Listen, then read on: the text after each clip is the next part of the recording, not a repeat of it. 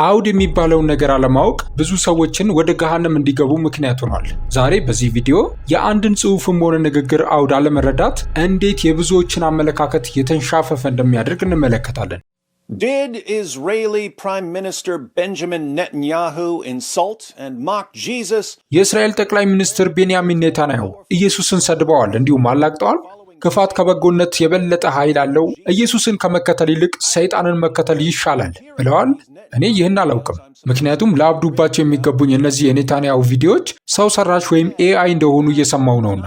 በእውነቱ በዚያ በሌለ ሰው ላይ እንዴት ልቆጣ እችላለሁ? የሚገርመው ነገር ኔታንያሁ ስለ ኢየሱስ የተናገረው ነገር የክርስቶስ ተቃዋሚ ነው የሚሉኝ የማህበራዊ ገጾች፣ በሌላ በኩል ደግሞ ኔታንያሁ አሁን በሕይወት የለም፣ ቪዲዮዎቹም ሁሉ የሐሰት ናቸው የሚሉኝ እነዚሁ ገጾች መሆናቸው ነው። እስቲ ወገኖች ሆይ አንዱን ወገን ምረጡ። ነገር ግን ሰዎች ሰው ሰራሽ ስለሆነው የቢቢ ወይም ኔታንያሁ ንግግር ምን እያሉ እንደሆነ እንመልከት። ብዙ ሰዎች እያጋሩት ያለው ጽሑፍ ከዲክሎዝድ ቲቪ የተወሰደ ነው። 1.6 ሚሊዮን ተከታዮች ያሉት ትልቅ ገጽ ነው። እኔ ፎቶን ባነሳውበት ወቅት ያጋሩት ቪዲዮ 27.7 ሚሊዮን ጊዜ ታይቶ ነበር። ጽሑፉ እንዲህ ይላል። አሁን ኔታንያሁ ኢየሱስ ክርስቶስ ከጄንጊዝ ካን ምንም የተሻለ ነገር የለውም፣ ምክንያቱም ጠንካራ ጨካኝና ኃያል ከሆንክ ክፋት በጎነትን ያሸንፋል ብሏል። ብሪክስ ኒውስ እንዲህ ሲል ለጥፏል። ሰበር ዜና! የእስራኤል ጠቅላይ ሚኒስትር ኔታንያሁ ኢየሱስ ክርስቶስ ከጄንጊዝ ካን ምንም የተሻለ ነገር የለውም፣ ጠንካራ ጨካኝና ኃያል ከሆንክ ክፋት በጎነትን ያሸንፋል አሉ።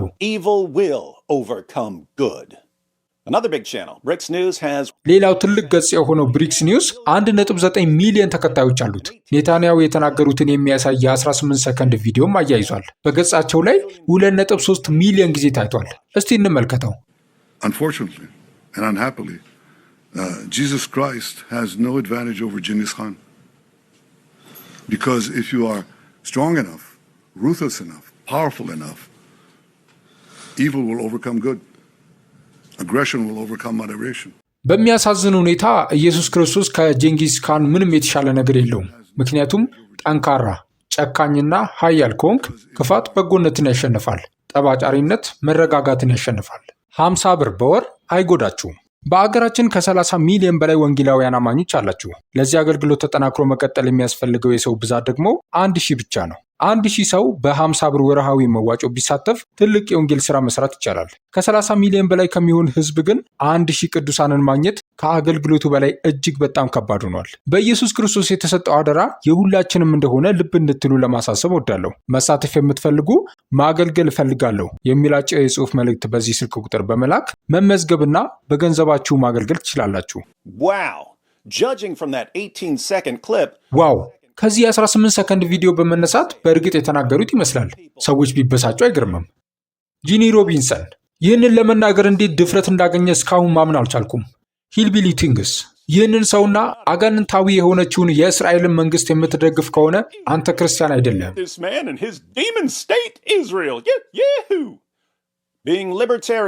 አሜሪካውያን ክርስቲያኖች የእምነታቸውን ተቃራኒ የሚሰብክን ሰው በሙሉ ልባቸውን እንዲደግፉ እንዴት ተታለሉ? ሱብሆር አህመድ ሰይጣን አምላኪ ከሆንክ ጄንጊዝ ካን ከኢየሱስ የተሻለ አርአያ ነው። ሰይጣን ያሁ ለአንድ ጊዜ እውነተኛነቱን አሳየ። ፊራስ ሞዳስ የሞራል እሴቶቻችሁ ጠላት ማን እንደሆነ መለየት እንዴት ይከብዳችኋል? ኔታንያሁ ክርስቲያናዊ የሞራል እሴቶችን እየተቃወመ ነው። ጄንጊዝ ካን ከኢየሱስ የተሻለ ነው እያለ ነው። ይህ ወደ ገሃነም የሚወስድ መንገድ ነው። ጉድ ነው። በጣም ከባድ ትችቶች ናቸው። ነገር ግን በኤክስ ላይ ኔታንያሁ ምን እንዳሉና ምን ማለታቸው እንደሆነ የሚነግሩኝ ብዙ ሰዎች ስላሉ ደስ ብሎኛል። ቆይ ግን በኤክስ ላይ ሰዎች ሁልጊዜ እንደሚዋሹኝ አሁን ትዝ አለኝ። ከጥቂት ሳምንታት በፊት የኢራን ሚሳኤሎች ዩኤስኤስ አብርሃም ሊንከን የተባለችውን የአሜሪካ የጦር መርከብ እንዳሰጠሟት የሚያረጋግጡ በደርዘን የሚቆጠሩ ጽሑፎችን አይቼ ነበር። ነገር ግን በኋላ ላይ ውሸት ሆኖ ተገኘ። የጦር መርከቧ ሰጠመች ብለው የነገሩኝ አንዳንድ ገጾች አሁን ደግሞ ኔታንያሁ ጄንጊዝ ካን ከኢየሱስ ይበልጣል አሉ እያሉኝ ነው። ደግሞም ኔታንያሁ የለም እያሉኝ ነው። በኤክስ ላይ ሰዎች የሚሉትን በጭፍን ከመቀበል ይልቅ ትክክለኛ መሆናቸውን ለማረጋገጥ ጥቂት ደቂቃዎችን ብሰጥ ይሻላል። እስቲ የነገሩን መሰረት ምን እንደሆነ እንመርምር። ሰዎች እያጋሩት ያለው ቪዲዮ መጋቢት 19 ቀን ኔታንያሁ በኢራን ላይ ያለውን ጦርነት አስመልክቶ በሰጡት ጋዜጣዊ መግለጫ ላይ የተወሰደ ነው። በእርሱም ውስጥ የአሜሪካና የእስራኤልን 3 ግቦች ዘርዝረዋል። Our goals are 3. 1. removing the nuclear threat. ግቦቻችን 3 ናቸው። አንደኛው የኒውክሌር ስጋትን ማስወገድ፣ ሁለተኛው ባሊስቲክ ሚሳኤሎችን ማስወገድ። እነዚህ ሁለቱም ስጋቶች ከመሬት በታች ከመቀበራቸውና ከአየር ጥቃት ነፃ ከመሆናቸው በፊት ማስወገድ። ሶስተኛው ደግሞ የኢራን ሕዝብ ነፃነቱን የሚያገኝበትና እድሉን የሚወስንበትን ሁኔታ ማመቻቸት። Why does he think these goals are reasonable? እነዚህ ግቦች ተገቢ ናቸው ብሎ ለምን ያስባል? ምክንያቱም አሁን ያሉት የኢራን መሪዎች ለብዙ ዓመታት ግባቸው ምን እንደሆነ በግልጽ ሲናገሩ ቆይተዋል። This regime, as I said in the beginning of my remarks, is chanting death to Israel, death to America. But they say Israel is only the small Satan standing in their way. The great Satan is the United States of America. በመጀመሪያ ንግግሬ ላይ እንደገለጽኩት ይህ ገዢ አካል ለእስራኤል ሞት፣ ለአሜሪካ ሞት እያለ ነው። እስራኤል በመንገዳቸው ላይ የቆመች ትንሿ ሰይጣን ብቻ እንደሆነች ይናገራሉ። ትልቁ ሰይጣን ግን አሜሪካ ናት። እነዚህ ርዕዮተ ዓለማዊ አክራሪዎችና እብዶች ዓላማቸው ምዕራባውያን ስልጣኔና እርሱን የምትመራውን አሜሪካን ማጥፋት እንደሆነ ይናገራሉ። በኢራቅና በአፍጋኒስታን በሺዎች የሚቆጠሩ አሜሪካውያንን ገድለዋል፣ አካለ ጎዶሎ አድርገዋል። በቤሩት አሜሪካውያን ወታደሮችን ገድለዋል፣ ኤምባሲዎቻችሁንም አፈንድተዋል። የአሜሪካውን ፕሬዚዳንት ዶናልድ ትራምፕን ለመግደል አንድ ጊዜ ብቻ ሳይሆን 2 ጊዜ ሞክረዋል። እነዚህ እብዶች የኒውክሌር መሳሪያ ቢኖራቸውና ወደ አሜሪካና አውሮፓ ከተሞች መላክ ቢችሉ ምን ሊያደርጉ እንደሚችሉ እስቲ ያስቡት። ይህ ለመላው ዓለም ስጋት ነው። ለእስራኤልም ሆነ ለአሜሪካ ስጋት መሆኑ እርግጠኛ ነው። በዚህ ላይ ሁላችንም እንስማማለን። ኔታንያሁ በመቀጠል ሊያጠፉ ከሚፈልጉ ሰዎች ጋር ስትገናኝ እነርሱ መሳሪያቸውን እስኪያደራጁ ዝም ብሎ ከመጠበቅ ይልቅ እርምጃ መውሰድ የተሻለ መሆኑን ይገልጻሉ። What do you think would have happened? አሜሪካ አሁን እርምጃ ባትወስድ ኖሮ ምን ይፈጠር ነበር ብላችሁ ታስባላችሁ? እስቲ ምን ሊፈጠር እንደሚችል አስቡት። በጥቂት ወራት ውስጥ ቢበዛ በ1 ዓመት ጊዜ ውስጥ ካሚኒ በሕይወት እያለ አዲሱን የኒውክሌር ፕሮግራምና የባሊስቲክ ሚሳኤል ግንባታ ወደ መሬት በታች እንዲዛወር ያዝ ነበር። ከዚያ በኋላ እነዚያን ፕሮግራሞች ማግኘት አትችልም። አህጉር አቋራጭ ሚሳኤሎችንም ይሰራሉ። ይህ ማለት ቺካጎን፣ ኒውዮርክን፣ ፍሎሪዳን፣ ቴክሳስንና ካሊፎርኒያን ሊመቱ የሚችሉ ሚሳኤሎች ማለት ነው። ገና የላቸውም እኮ ይላሉ ሰዎች። እስቲ እንጠብቅ ይላሉ። ስለዚህ ዝም ብለህ ተቀምጠ በሚቀጥለው ሐሙስ ስለማይከሰት እርምጃ እንውሰድ ትላለህ። እኔ ግን እርምጃ አለመውሰድ እርምጃ ከመውሰድ የበለጠ ትልቅ አደጋ እንዳለው ነግራችኋለሁ። So you sit back and you say, well, it's not going to happen in the next Thursday, so let's not act. I tell you that there's enormous risk in not acting, much greater risk than acting. Then he quotes Winston Churchill on democracies falling asleep. ከዛም ዊንስተን ቸርቺል ስለ ዲሞክራሲያዊ ሀገራት መተኛት ወይም ቸልተኝነት የተናገረውን ይጠቅሳሉ። Churchill said that democracies suffer from the slumber of democracies, as he called it. ቸርቺል ዲሞክራሲያዊ ሀገራት እርሱ የዲሞክራሲዎች እንቅልፍ ብሎ በሚጠራው ነገር እንደሚሰቃዩ ተናግሯል። እናም የሚነቁት አደገኛውን የደወል ድምፅ፣ ያንን የሚያስደነግጥ አደገኛ ድምፅ ሲሰሙ ብቻ ሊሆን እንደሚችል ገልጿል። እንግዲህ አሁን ያንን አደገኛ የደወል ድምፅ እየሰማችሁ ነው። አደገኛው የደወል ድምፅ ኢራን የኒውክሌር መሳሪያዎችንና ባሊስቲክ ሚሳኤሎችን ማግኘቷ ነው። ያ ዝም ብሎ የደወል ድምፅ አይደለም። ያ ጥፋት ወይም አፖካሊፕስ ነው። እንዲከሰት አትፍቀዱ። አሁን ደግሞ ለመበሳጨት ምክንያት ለሚፈልጉ ሰዎች በጣም አበሳጭ ወደ ሆነው ክፍል እንመጣለን። ኔታንያሁ እኛን ለማጥፋት ቆርጦ የተነሱ ክፉ ገዢዎችን ለማቆም እርምጃ መውሰድ አያስፈልገንም ብሎ ማሰብ የዋህነት ነው ይላሉ። አንዳንድ ሰዎች ክፉ ገዢዎች ዝም ብለው ስለከፉ ብቻ ይወድቃሉ ብሎ ያስባሉ። ስለዚህ ጥሩ ሰዎች ጥሩ ሆነው መቀጠል ብቻ ይበቃቸዋል፣ ምንም እርምጃ ባይወስዱም እንኳ ነገሮች ይስተካከላሉ ብለው ያምናሉ። If people want to be naive, then they don't see the kind of world we're living in. ሰዎች የዋህ መሆን ከፈለጉ የምንኖርባትን ዓለም አይነት አያዩ። በዚህ ዓለም ውስጥ ሞራል ያለው ብቻ መሆን አይበቃም። ፍትሃዊ መሆን ብቻ አይበቃም። ትክክለኛ መሆን ብቻ አይበቃም። To support his point, he cites the 20th century historian Will Durant. ለሐሳቡ ማጠናከሪያ የ20ኛው ክፍለ ዘመን ታሪክ ጸሐፊ ዊል ዱራንትን ይጠቅሳል። ከዱራንት የታሪክ ትምህርቶች አንዱ ክፉ ገዢዎች የሚቆሙት በኃይል እንጂ ጠላቶቻቸው ጥሩ ወይም ትክክለኛ ስለሆኑ አይደለም የሚል ነበር። One of the greatest writers of the 20th century, someone that I admire a lot, was the historian Will Durant. ከ20ኛው ክፍለ ዘመን ታላላቅ ጸሐፊዎች አንዱና እኔም በጣም የማደንቀው የታሪክ ጸሐፊው ዊል ዱራንት ነበር። እሱ ብዙ ጥራዝ መጽሐፍትን ጽፏል። አብዛኞቹን አንብቤያቸዋለሁ። እርሱ የታሪክ ትምህርቶች ወይም ዘ ሌሰንስ ኦፍ ሂስትሪ የተባለች በጣም አጭር የ100 ገጽ መጽሐፍ ጽፎ ነበር። በዚያች መጽሐፍ ውስጥ ታሪክ እንደሚያረጋግጠው በሚያሳዝን ሁኔታ ኢየሱስ ክርስቶስ ከጄንጊስ ካን ምንም ብልጫ የለውም ብሏል። You see there? Bibi Netanyahu said that Jesus is no better than Genghis Khan. አያችሁ አይደል? ቢቢ ኔታንያሁ ኢየሱስ ከጄንጊስ ካን አይሻልም አለ። አዎ እኔ ጄንጊስ አልኩ እንጂ ጀንጊስ አላልኩም። ለምን? ምክንያቱም ትክክለኛውን አጠራር የተማርኩት ከምንጊዜውም ታላቅ የታሪክ ትረካ ነው። Please welcome the very excellent barbarian, Mr. Genghis Khan! እባካችሁ ድንቅ የሆነውን አረመኔ አቶ ጄንጊስ ካንን ተቀበሉ። Will Durant was actually making a different point. ዊል ዱራንት በእርግጥ ኔታንያሁ ካነሱት የተለየ ነጥብ ነበር ያነሱት። ዱራንት አምላክ የለሽ ነበር፣ በግል አምላክ አያምንም ነበር። ነገር ግን የኢየሱስን የሞራል ትምህርቶች መከተል እንዳለበት ስለሚያምን ራሱን እንደ አንድ አይነት ክርስቲያን ይቆጥር ነበር። ኢየሱስን በጣም ይወድ ነበር። ነገር ግን የታሪኩን ከተፈጥሮ በላይ የሆኑ ወይም መለኮታዊ ክፍሎችን አይቀበልም ነበር። ዱራንት ታሪክ ለአምላክ መኖር ማስረጃ አይሆንም ብሎ ያስብ ነበር። ምክንያቱም ጦርነቶች ብዙውን ጊዜ የሚያሸንፉት ይበልጥ በሥነ ምግባር በላቀው ወገን ሳይሆን ይበልጥ ኃያል በሆነ ወገን ነው። ይህ ሃይማኖትና ታሪክ ከተሰኘው ምዕራፍ 7 የተወሰደ ነው። ታሪክ በአምላክ ማንነት ይደገፋል። አምላክ ስንል የተፈጥሮን ኃይል ሳይሆን ብልህና ቸር የሆነን የበላይ አካል ከሆነ መልሱ በሚያሳዝን ሁኔታ አይደለም ይሆናል። እንደ ሌሎች የባዮሎጂ ዘርፎች ሁሉ ታሪክም በመሰረቱ በህይወት ለመቆየት በሚደረግ ትግል ውስጥ የተሻሉ ግለሰቦችና ቡድኖች በተፈጥሮ የሚመረጡበት ሂደት ሆኖ ይቀጥላል። በዚህ ትግል ውስጥ መልካምነት ልዩ ድጋፍ አይሰጠውም፣ መከራ ይበዛል። የመጨረሻው መመዘኛም ተርፎ የመቆየት ችሎታ ነው። ከሰው ልጆች ወንጀል፣ ጦርነትና ጭካኔ በተጨማሪ እንደ የምድር መንቀጥቀጥ፣ ማዕበል፣ አውሎ ንፋስ፣ ወረርሽኝና ሌሎች ሰዎችንና እንስሳትን በየጊዜው የሚያጠፉ ተፈጥሯዊ ክስተቶችን ስንጨምር አጠቃላይ ማስረጃው የሚያሳየው ወይ በእውርነት ወይም አድልዎ የሚከሰትበት የዕጣ ፈንታ ውጤት ነው። ታሪክ ማንኛውንም ስነ መለኮት የሚደግፍ ከሆነ ይህ እንደ ዞራስትሪያን ወይም እንደ ሚኒኪያን አይነት ሁለትዮሽ ይሆናል። ይኸውም መልካም መንፈስና ክፉ መንፈስ አጽናፈ ዓለምንና የሰውን ነፍስ ለመቆጣጠር የሚፋለሙበት ነው።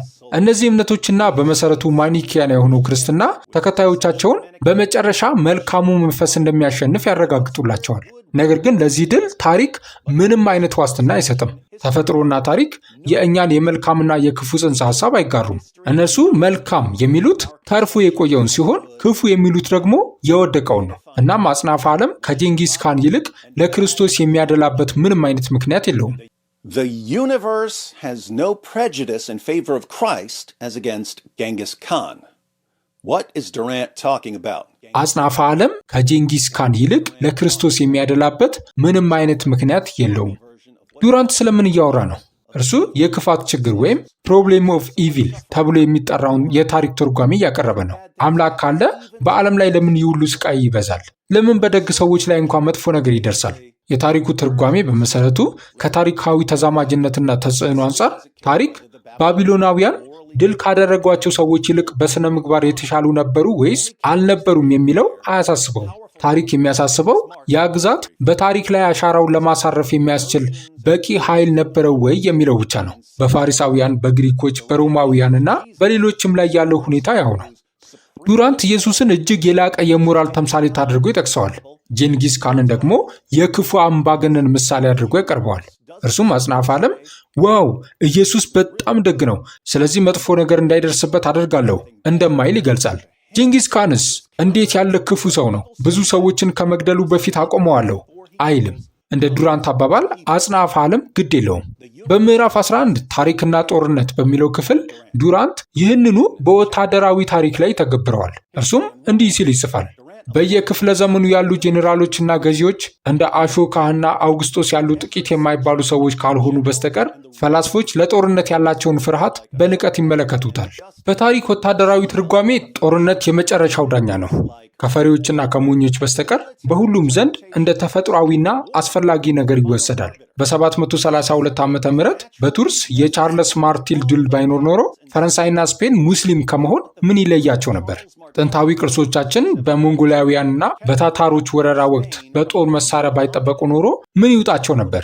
በአልጋ ላይ የሚሞቱ ጄኔራሎችን እናቃልላለን። ነገር ግን እነሱ ከሙት ይልቅ በሕይወት እያሉ ይበልጥ ጠቃሚ መሆናቸውን እንረሳለን። ነገር ግን እንደ ሂትለር ወይም ጄንጊስ ካን ያሉትን ሲመልሱልን ሐውልት እናቆምላቸዋለን። ጄኔራሉ እንዲህ ይላል፣ በጦርነት ብዙ ወጣቶች መሞታቸው ያሳዝናል። ነገር ግን በጦርነት ከሚሞቱት ይልቅ በመኪና አደጋ የሚሞቱት ይበልጥ ይበዛሉ። ብዙዎቹም ያለ ዲሲፕሊን ይበሰብሳሉ። ለጀብደኝነታቸው፣ ለአዲስ ነገር ጉጉታቸውና ለሰልቻቸው የዕለት ተዕለት ኑሮ መውጫ ይፈልጋሉ። ቶሎም ይሁን ዘግይቶ መሞታቸው የማይቀር ከሆነ ለምን በጦርነት ክብር ውስጥ ለሀገራቸው አይሞቱም? ታሪክን የሚያውቅ ፈላስፋ እንኳ ረጅም ሰላም የአንድን አገር የውጊያ ጡንቻ ሊያዳክም እንደሚችል ይስማማል። አሁን ባለው ዓለም አቀፍ ሕግ ድክመት አንዲት ሀገር በማንኛውም ጊዜ ራሷን ለመከላከል ዝግጁ መሆን አለባት። እናም መሰረታዊ ጥቅሟ አደጋ ላይ ሲወድቅ ለሕልውናዋ አስፈላጊ ነው የምትለውን ማንኛውንም መንገድ እንድትጠቀም ሊፈቀድላት ይገባል። የራስን ሕልውና የማዳን ጉዳይ ሲመጣ 10ቱ ትእዛዛት ዝም ማለት አለባቸው። What's he saying? He's saying that the battle doesn't seem to be decided based on who's the most moral, the most loving, the kindest, the most generous, or the most religious. ምን እያለ ነው? እርሱ እያለ ያለው ጦርነቱ የሚወስነው ማን ይበልጥ ሞራል አለው፣ ማን ይበልጥ አፍቃሪ ነው፣ ደግ ነው ወይም ሃይማኖተኛ ነው የሚለው ላይ አይደለም። ጦርነቶች ብዙውን ጊዜ የሚያሸንፉት ብቁ ወታደራዊ ኃይል ባለው ወገን ነው። ያ ወታደራዊ ኃይል በአማኝ ንጉሥ ወይም በክፉ ጨካኝ ቢመራም። ይህ የዱራንት ነጥብ ነው። ኔታንያሁ ግን ወደ ሌላ አቅጣጫ ይሄዳል። የታሪክን ትምህርት ይወስዳል። ይኸውም ወደ ውጊያ ሲመጣ ታሪክ ማንኛውም ወገን በሥነ ምግባር የተሻለ ነው የሚለው ግድ አይሰጠውም። የሚያሳስበው የትኛው ወገን አሸነፈ የሚለው ብቻ ነው። እናም እርሱ ጥሩ መሆን ብቻውን ክፉ ገዢዎችን አያቆምም የሚል ድምዳሜ ላይ ይደርሳል።